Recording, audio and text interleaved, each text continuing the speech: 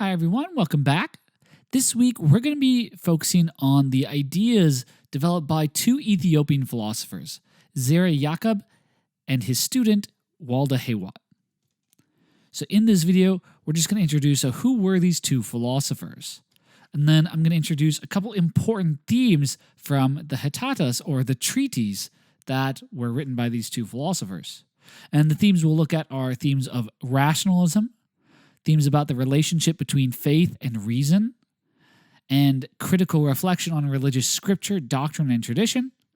And lastly, some themes about the nature of reason, dualism about the mind, and the equality of humanity. So, when you learn about Enlightenment values in the United States, you're often taught a history of Western European ideas that were developing out of the modern period from figures in and around Europe. But similar ideas, however, were simultaneously developing around the world in communities that are ignored and marginalized in our discussions of intellectual history. So Ethiopian philosophy has a rich history, but has been much less studied for a variety of reasons. I mean, part of that has to do with sort of colonialism. Part of that has to do with the fact that sort of Ethiopian philosophy was largely passed down sort of orally. Many sort of thinkers didn't have access to things like printing presses so as to make the same kind of networks and connections that sort of many more privileged people in sort of obviously rich European countries at the time were able to do. There's obviously a whole lot more history that goes into this here. So I want to make sure that we do justice to notice the sort of rich intellectual history that existed throughout the world at this time. All right, so this week we'll then be looking at the work of Zera Yacob and his student Walda Hewat and ideas that were being developed near the same time as Descartes. And you'll see that these ideas share many similarities with that of Descartes and interestingly seem to anticipate what are commonly thought of as these sort of Enlightenment values of using reason and all people being sort of created equal. Zera Yacob was an Ethiopian philosopher born in 1959. He was pushed to write a philosophical treatise, or Hatata, in 1677 by his student Walda Hewat. In 1692, Hewat then writes his own treatise, or Hatata, that's intended to serve sort of to continue teaching the ideas that were taught to him by Yacob. All right, so Hewat is largely not presenting his own original ideas, but trying to serve as a teacher and present these ideas in a way that's going to be amenable to sort of students, so as to package them in a way that is sort of best sort of presented for teaching. So Jacob's Hatata begins with a brief description of the author's own life. So Yacob was born as the son of a poor farmer in the district of Aksum. He did very well in school. His teachers sort of noticed him. He got sort of sent to better schools to study religious scriptures and learn the interpretations of sort of holy scriptures that were due to sort of Catholicism, the Copts, and Orthodox interpretations in Ethiopia. He reports that these interpretations often did not agree with his reason. So this is going to be a big theme in sort of Jacob's sort of treatise. This idea that many of the ways of interpreting sort of religion didn't sort of stand up to the criticism of his own reason. But while teaching in Aksum, King Susenyos converted to Catholicism and began to persecute those with opposing religious ideas. So freedom of thought was not sort of looked upon very highly among the sort of Catholics. And so Jacob's life was threatened and he had to flee. He found a cave near the Tikazi River and lived there for 2 years studying with his own thoughts until King Susenyos died. So let's consider some important themes that are going to arise in this work. So one big theme is going to be this idea of rationalism. So remember, rationalism is this idea that we have this faculty of reason, and that's one of the primary sources of gaining knowledge about the world. All right, so reason is a faculty that belongs to the nature of all human beings. And reason is the tool that we've been given for gaining knowledge of the world around us. And the purpose of our reason is to critically reflect on our ideas.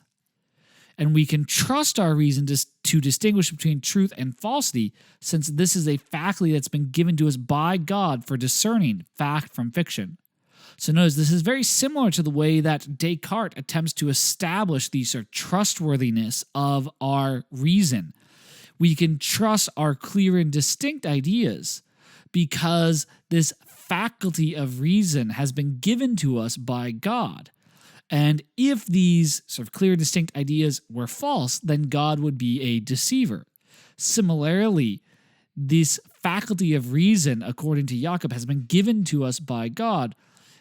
And because of that, its purpose, we can trust it to allow us to distinguish between the true and the false. Another big theme here is the relationship between faith and reason. So given that kind of rationalism, obviously the faculty of reason, or what Yacob calls intelligence, is going to play a very big role in his discussion of the nature of faith. So he does not see faith and reason as being in conflict. And I think this is a common way of thinking about it in contemporary terms. We tend to think of there's faith and then there's reason, and these sort of butt heads.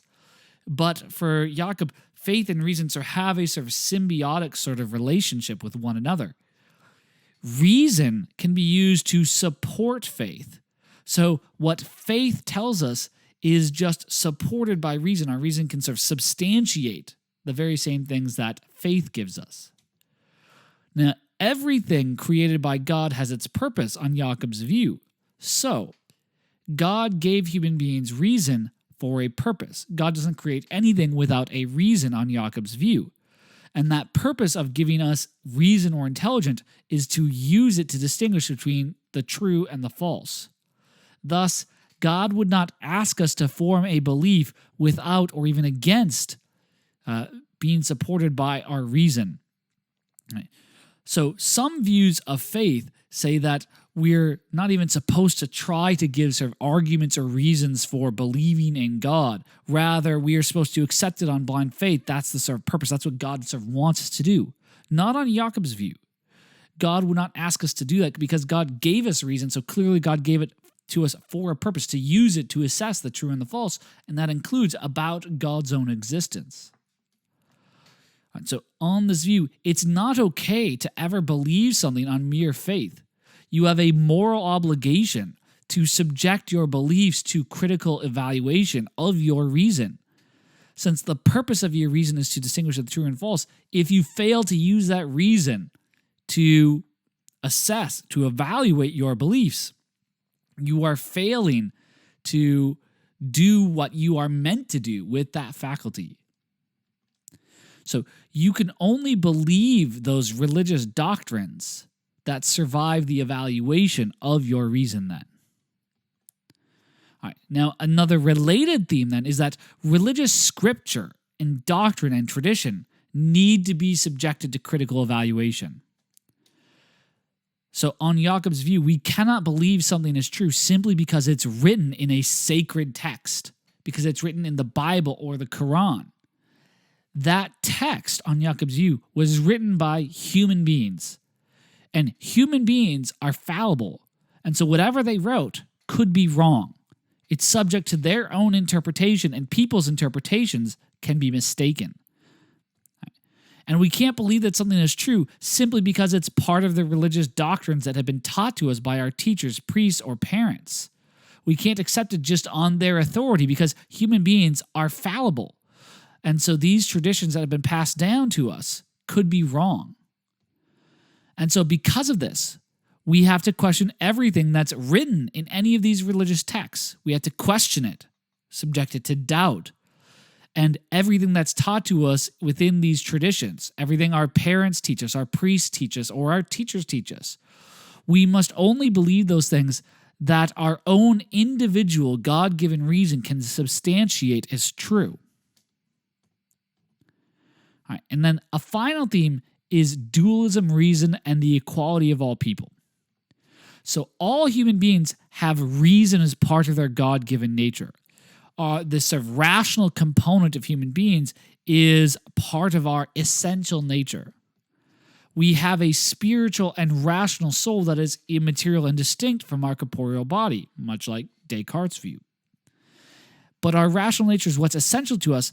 And so Yacob takes a sort of ethical implication from this kind of dualism. As such, all human beings are equal, since we have all been given this rational nature by God. This is what gives sort of value to sort of human life. So your soul, your immaterial soul, that thing that houses your thoughts, personality, ideas, and reason, that is what gives you sort of value as a human being. And so thinking about this in terms of separate from your body, so what race you are, what sex you are, those are irrelevant to your value as a human being. We are all equal because we have this rational nature. So that's all for the introduction to some of the themes that are going to be investigated in these readings. In the next video, we're going to start by looking at some of the sort of problems that arise when initially reflecting on religion that motivated Yacob to sort of use his own reason to determine what is true or false about religious matters. See you then.